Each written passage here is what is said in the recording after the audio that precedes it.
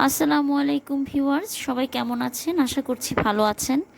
দেখতেই পাচ্ছেন এখানে তাজা কাকরুল, এগুলা গাছের, আমার শ্বশুর বাড়ি থেকে আসছে, অর্থাৎ আমার পারিসার দাদা বাড়ি থেকে। তো এই কাকরুলগুলো দিয়ে আমি চিন্তা করছিলাম কি বানানো যায়। আর কাকরুলগুলা একটু লালচে হয়ে গেছে ফ্রিজে রাখতে রাখতে। তো একটা ভর্তা বানাবো, কাকরুলের ভর্তা। কাকরুলের ভর্তা শুনে মনে হচ্ছে যে গন্ধ, এটা দিয়ে আবার কি খাওয়া যায় নাকি? একবার খেয়ে দেখবেন, বানিয়ে দেখবেন, কাকরুলের গন্ধেও থাকে না।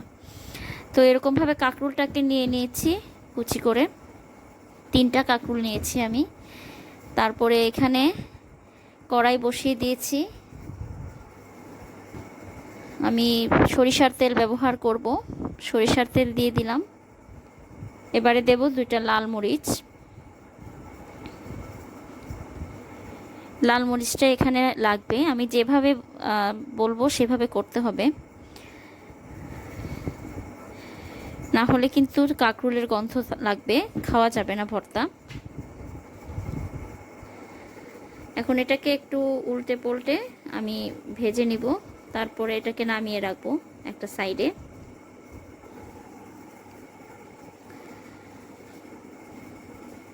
আর ঝালটা এটা আপনাদের ইচ্ছার উপরে, আপনারা যদি বেশি খান আরও বেশি ঝাল মরিচ দিতে পারেন।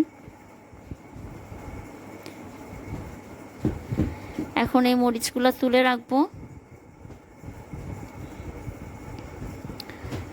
আর একটু তেল নিব, আমি প্রথমে নেই নাই, পরে তেল নিয়েছি। আর একটু তেল নিব, দিয়ে এটার মধ্যে পেঁয়াজ কুচি দিব।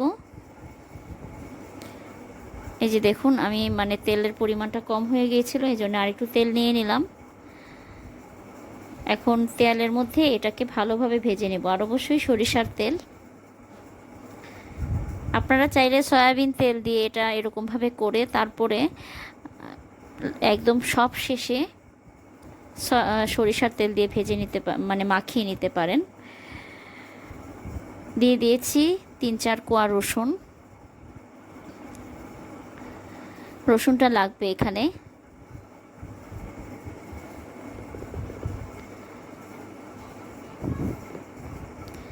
দিয়ে দিয়েছি এখানে কালো জিরা। কালো জিরাটা আসলে আমি এখানে 1 চামচের থেকেও বেশি দিয়েছি, আপনারা আর একটু কমিয়ে দেবেন, কারণ কালো জিরার গন্ধটা অনেকের পছন্দ হয় না, সেই জন্য হাফ চামচ কালো জিরা দিলেই হবে। এখন এগুলাকে ভালোভাবে উল্টে পাল্টে ভেজে নেব।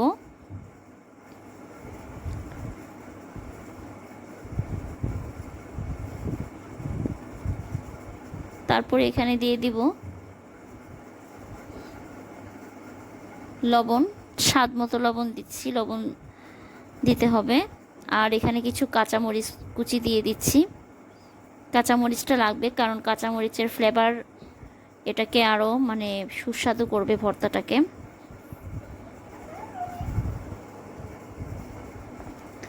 একটু হলুদের গুঁড়া দিব, আর একটু লাল মরিচের গুঁড়া দিব।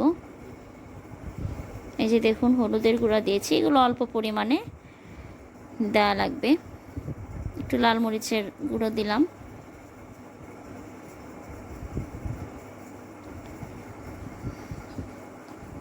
এখন এগুলোকে আবার একটু নেড়ে চেড়ে ভেজে নেব।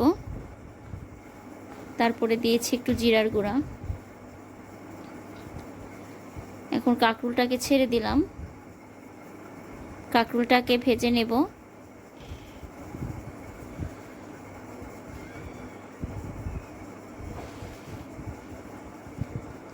কাঁকরুলটা ভালোভাবে সিদ্ধ হবে, ভাজা ভাজা হবে। তারপরে আমি এটাকে উঠিয়ে ব্লেন্ডারে ব্লেন্ড করে নিব, অথবা আপনারা যদি চান শিলপাটায় বেটে নিতে পারেন।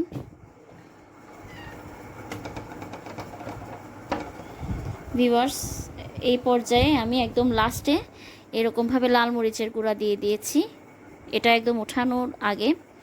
এখন এটাকে আমি ব্লেন্ডারে ব্লেন্ড করে নিব, আবার ঢেকে দিয়ে ব্লেন্ডারে ব্লেন্ড করে তারপরে আমি এটাকে একটু সরিষার তেল দিয়ে আবারও মেখে নিয়েছি।